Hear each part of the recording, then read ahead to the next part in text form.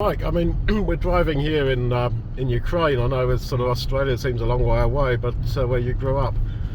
But what was your sort of background? I mean, did you come from a background where you believed in the Trinity and the devil and all that sort of stuff? I was nominal Catholic, I think you can describe. Parents were both Catholics but never attended church. But I did have a back neighbour, Mrs. Downs, lovely lady.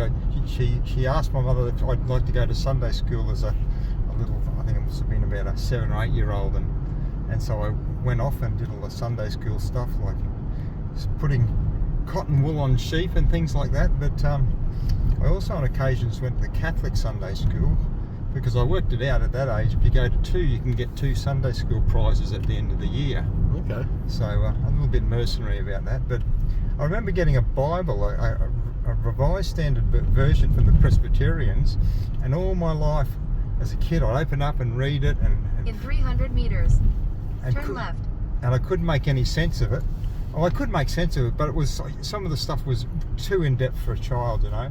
And I kept applying myself, and I kept applying myself. And some of the things I couldn't get my head around turn as a left kid on Street Hodinska. was the Trinity made no sense.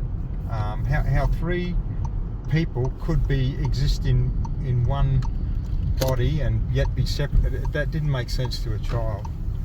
And yeah, in so 4.3 kilometers. when I At the eventually roundabout, take the first exit on Delic.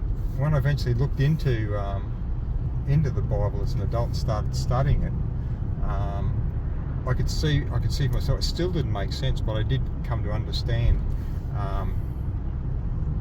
how things were written the way they were and what they actually meant.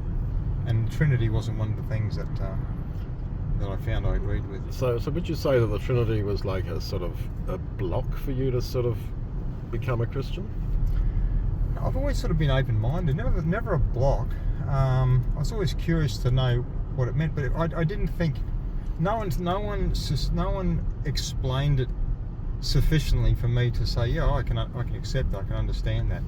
It was all, it's too complicated. You really need to, you can't understand it so easily. You've got to know more. And to me, I don't think the Bible should be a book that you can't understand. I think it should be just a book that you can understand simply. If it isn't, then it's sort of a bit wasted, really, isn't it? So when you got it, that God is God and Jesus is the Son of God and the Holy Spirit is the power of God, and it sort of made sense, yeah? Oh, of course it did. It did. And also when I come across a term called an agency, or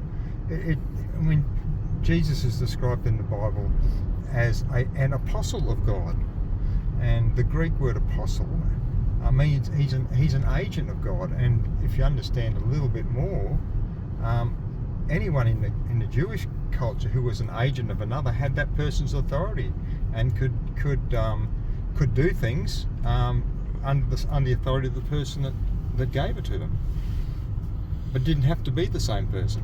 Yeah, so he functions as God without being God himself. Exactly. Yeah. Even within the Jewish understanding of it,